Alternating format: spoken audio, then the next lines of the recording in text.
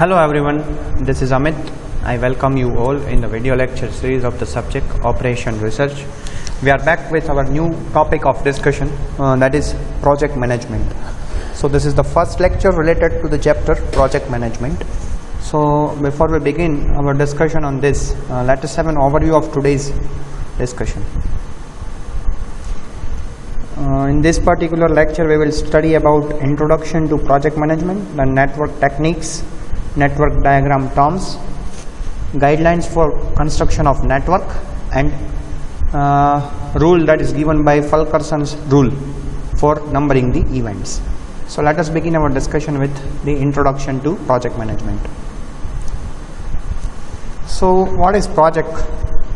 One can say that project is nothing but it's a group of activities or number of activities and that are used with certain start points and end points, and ultimately that will result in the completion of the project. So this project is divided into small activities which are interrelated with each other, and each activities are having its certain start point as well as its end point. So ultimately a combination of all those activities will help you to develop a product that is on hand. So before selecting any project, one must have a planning of, one must do the plannings, scheduling and controlling. So what are the things that are required, what are the sources that are required for accomplishing the project? One must have a plan for that, and then scheduling should be done of that, and controlling is also done. So they must know what is the limits, what are the sources, what are the resources that are available with them and the main resources such as man, machines, money and time, that all the things should be properly planned so that one can meet the committed time duration for the project that is taken on hand. So that requires an intense planning from the side of manager. He or she has to decide what are the things that they should have for accomplishing the project. Then scheduling is also required. Once you have identified the resources, then scheduling should be done, and there should be a controlling part also that should be available, so that if there are any corrective actions that one must take immediately if the track that you have selected that is not properly going on, or there has been any diversification from the actual path. So based on the changing conditions, accordingly there should be accordingly there should be a provision of this corrective actions that should be taken such that necessary changes can be done. Examples of projects are hosting a college annual functions. So before if there is any college and there is an hosting of an annual function, so the manager or the management who is responsible, they must have a proper planning. What are the requirements for the guests, what are the arrangements they must do. So there's all the things should be properly planned, and accordingly all the necessary arrangements should be made. Then planning of space shuttle for the Mars, constructing a plant to manufacture ball bearings. So these all the things, any project that you are taking on hand, it requires planning, scheduling and controlling. Without planning nothing can be achieved. So you identify what are the resources that are available with you, accordingly you do the plannings and then put the work or put the efforts such that it can be accomplished within the time frame. So this is all about introduction to the project management. Next, what are the phases in project management? So the first phase is planning, setting the objectives of the project. So what is the objective of this project that you are taken or that you have taken on hand?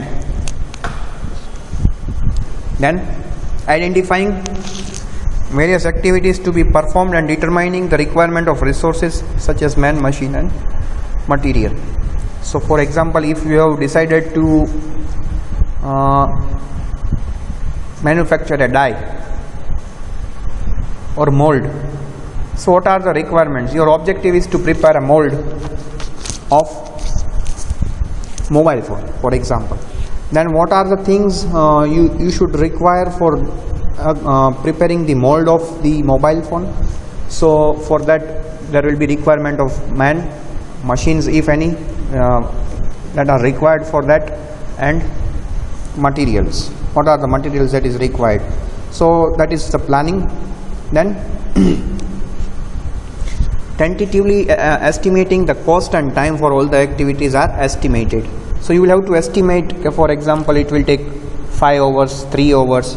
Accordingly the cost is estimated and time is estimated. Then the network diagram is developed based on the planning, and accordingly the sequential activity are drawn during the planning stage. So what are the activities that are interrelated for preparation of mobile mold of mobile? Accordingly those sequence of activities should be performed, and that is shown on the network diagram. Next is scheduling. Once the estimate of time has been calculated, now it's time to decide what should be the start time and finish time of each of the activities by the help of forward and backward pass. Then critical path is identified, and accordingly the necessary changes can be done. Critical path is nothing but most important part of your project, where you can do adjustment to complete the project. So that critical path is very important, and accordingly those activities which are critical, activities which come in the critical path, those activities are called critical activities. So that activities will be focused more, and based on the estimated time, the starting time and finish times are calculated. Next is controlling. So that is an analyzing of the adopted method or the plan that you have given, whether the actual progress that is going on, that is as per the plan or not, whether there is any lacking of any time duration, or there is lacking of any resources. So it's an analyzing of the actual task that is taken and comparing with the plan, whether it is going as per the plan or not, and if there are any changes that is supposed to be made, then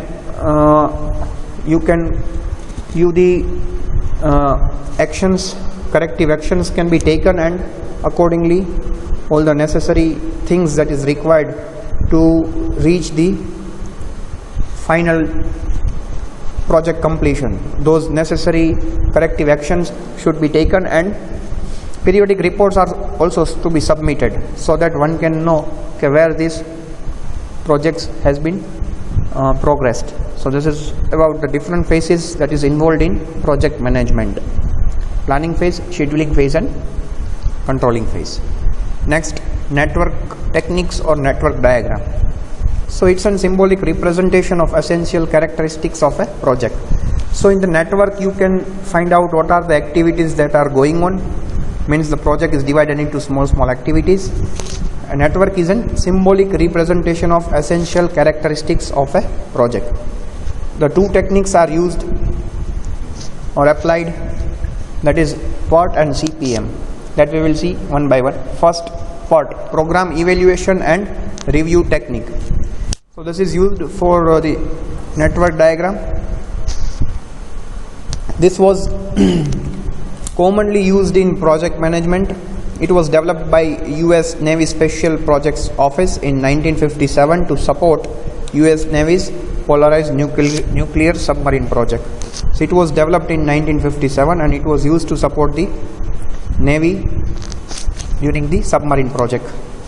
It uses event-oriented network in which successive events are joined by arrows.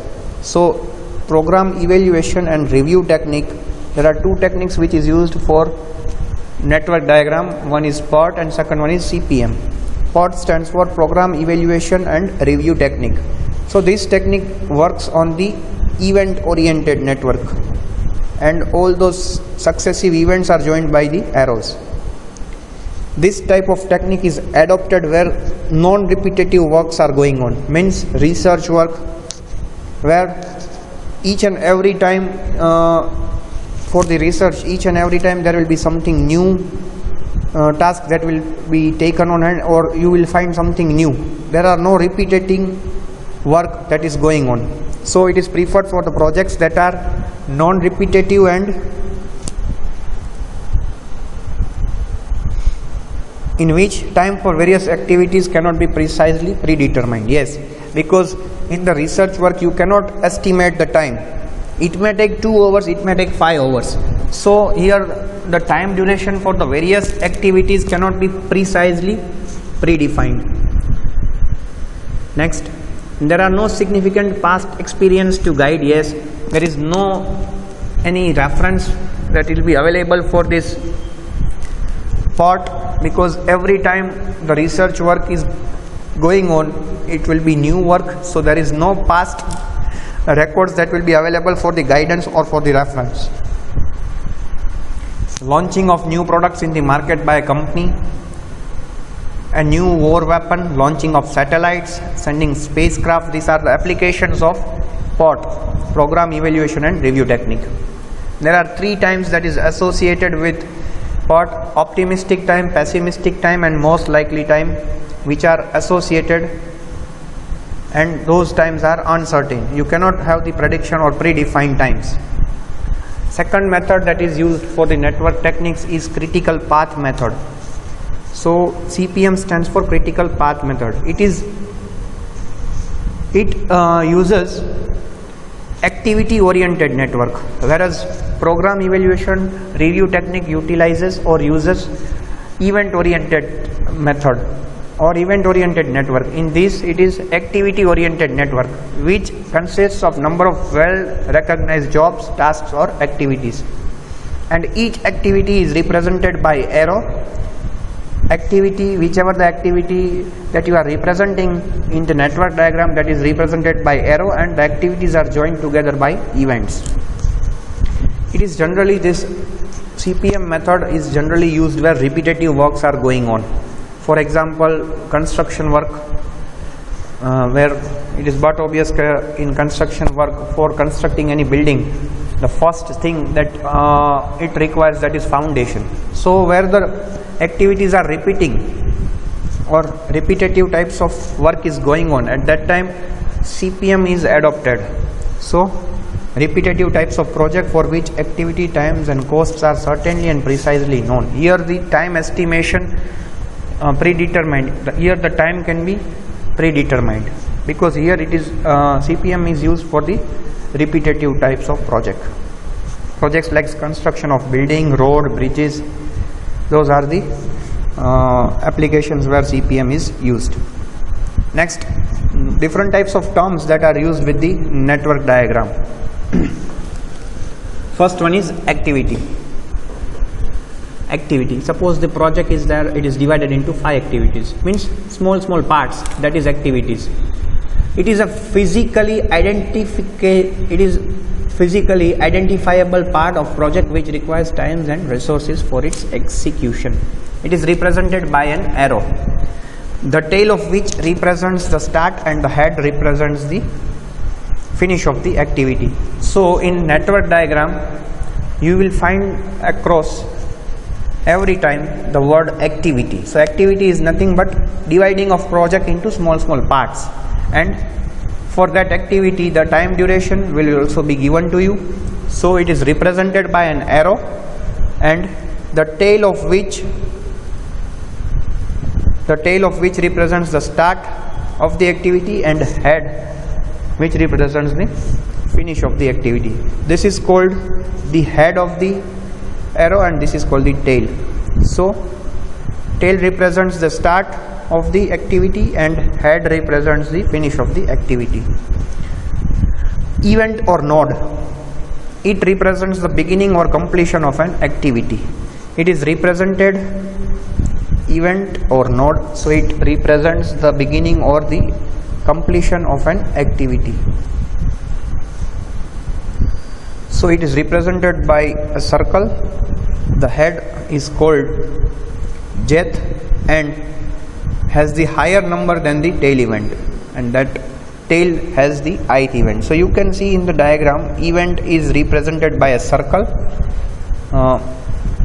activity start point is at the tail, and end point of activity is given by the head of the arrow, where the starting point of the activity will have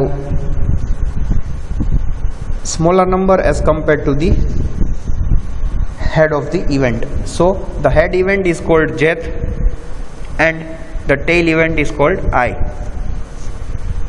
This is an activity. Next, merging of event. When two or more activities come and join the event, that is known as merging of event. Means more than 2 or 3 activities are joining at one particular event, that is defined as merging of event. You can see in the figure over here, that is called merging of event. Bursting of event means separation of activities. When more than 2 or 3 activities leave from an event, the event is known as burst of event. See, you can see from the figure here, from this event 2 activities are leaving that event, so it is called bursting of event. Next, preceding and succeeding activities. So activities performed before given events are known as preceding, and activities performed after given event is called succeeding activities. That you can understand from the figure as shown in figure. Here there are 4 activities A, B, C and D.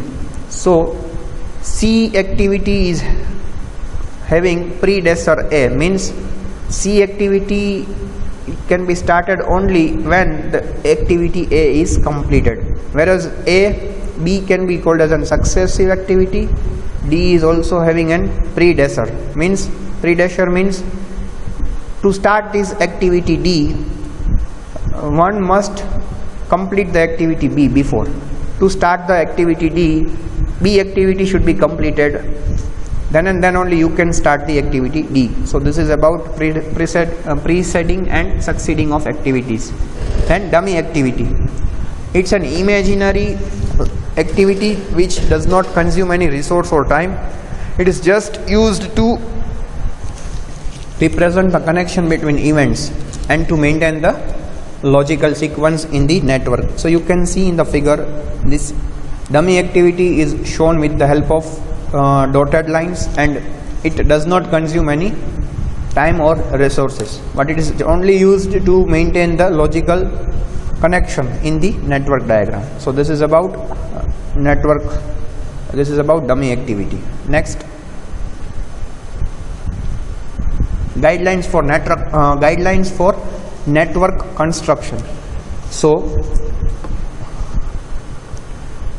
what are the guidelines that one must follow for constructing a network? So the first point one must keep in mind is no single activity should be represented more than once, and the arrow that is used to represent the activity, its length has no significance. Means it is not having any limitations of the length of the arrow that you are drawing for representing the activity. So no single activity can be represented more than once in a diagram. That is the first thing that one must keep in mind. Second, a network should have only one start point and one end point. So every network should have one starting point and one end point. Then the flow of diagram should be from left to right. Then arrows should not be crossed unless it is completely avoidable. So the network diagram should have the arrows, but one thing that one must keep in mind, that it should not be crossed over each other unless and until it is very much unavoidable. So the diagram should flow from left to right, and arrows should not be crossed unless it is completely unavoidable. Next thing that one must keep in mind is arrows should be kept straight and not bent or curved. Each activity must have one tail event and one head event. No two or more activities may have the same tail and head events. Once the diagram is complete, the nodes should be numbered from left to right. So once you have drawn the diagram as per the given data, then you should start the numbering from left to right. Dummy activities must be used only if it is necessary to reduce the complexity of the network. So this is all about the guidelines for the network construction. Next topic of discussion is Fulkerson's rule for numbering the events. So how to number the events or nodes that you have drawn in the network diagram. That rule is given by Fulkerson's. So the first rule that one must keep in mind is the events at the start of the job as smaller number than the event at the end. So if you have drawn the network, then for the activity starting point should be always, activities starting point should have smaller number than the end point of the activity. So start of a job as smaller number than the event at the end. The purpose is to identify the starting and end event numbers. Means you can identify the jobs. For example, job A can be identified from the start point and end point, that is 1 and 2. So 1 and 2 represents the job A. For example, for job C, it represents the start point 4 and 5. So 4 and 5 will help you to identify that it is a job C. So the following procedure is followed for numbering the events. So the first step is an initial event is one which has arrows emerging from it but none entering it. So whichever any network, whenever you draw, its initial event will always have only arrows that is emerging from it. It will not have any arrows entering into it. So it is independent, it will be always independent. The starting point will always be independent, and from that you can see that number of arrows will be emerging from it. None will be entering that particular event.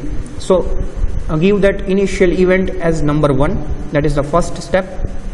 Second, from event 1, strike off all the outgoing activities, and this will help you, and give the end event or end point as number 2. Then repeat these steps and accordingly give the numbering to the nodes or events. One thing you should keep in mind, for each activity there will be one starting point and one end point. Starting point number will always be less than the end point of that particular activity. So this is all about Fulkerson's rule for numbering the event. I hope this would have helped you to understand. Thank you.